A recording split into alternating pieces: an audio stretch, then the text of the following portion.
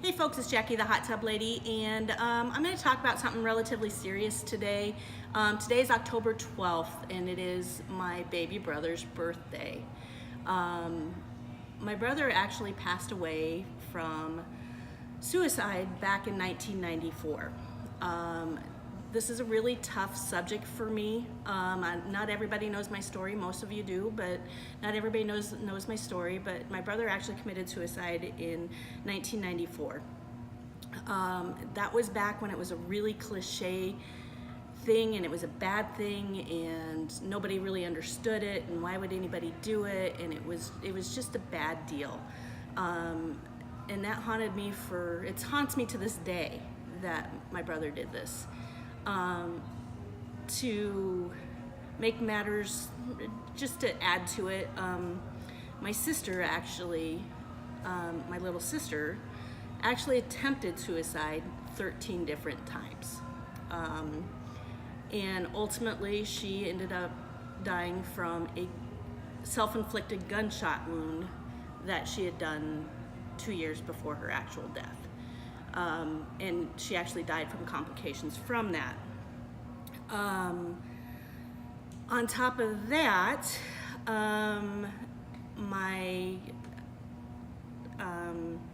at the time he was my fiance, 3 years ago, actually committed suicide as well.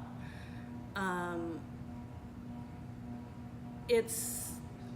he suffered from depression, and it was really, really tough, and that was really, really hard for me. I actually sunk into my own depression at that particular moment as well. My very good friend Rachel saved me. I mean, she actually kicked my tail a couple of times and tried to get me up and out of the bed and that type of thing. I'm gonna be honest with you. I'd come home from work and I'd pull into the garage, and I would actually Google ways to do it. I realized that how wrong that was, and how hard it has been for me to deal with these deaths, and why people would do this. What was so bad that you actually had to do it. And when I found myself actually searching for ways to end my life, I went and got some help. I have a fantastic doctor, Dr. Ruby. I shocked him when I walked into the office and said, hey, this is what I'm doing. I'm actually Googling suicide ideas. And he listened to me instantly. And he helped me. He helped me a lot. He actually got me on some medication, and you know, it is mental illness. It obviously runs in my family. I had a cousin as well that committed suicide. That was the first suicide I had to deal with. Anyway, I got some help, and my life is absolutely fantastic right now. I just married a wonderful man that understands everything and lets me live the life that I need to live, and understands that I've been through some pain and some things that I've been through. But this post actually came across, and I don't know if you can read that, but it said it actually says suicide doesn't take the pain away, it passes it on to someone else.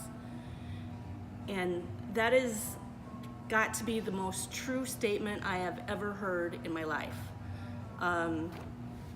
You can't, as bad as you're feeling right now, you can't pass that pain on to somebody else.